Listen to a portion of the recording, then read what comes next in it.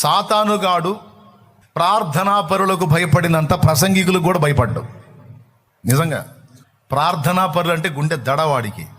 ఎందుకంటే ప్రసంగికుడు ప్రసంగం చేస్తూ తను గదులుతాడు, కానీ ప్రార్థనాపరుడు మోకాళ్ళు వేసి ప్రభువుని గదిలిస్తాడు.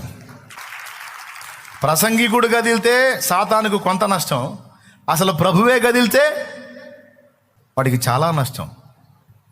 అందుకే ప్రార్థనాపరులు సాతాను హిట్ లిస్ట్లో ఉంటారు. అయినా సరే దేవుడు మీకు తోడుగా ఉంటాడు, దేవుడు మనకు తోడుగా ఉంటాడు. ఒకటే మంకు పట్టు పట్టండి, ఒకటే మంకు పట్టు. నా ఊపిరి ఉన్నంత వరకు ప్రార్థించుట నేను మానను.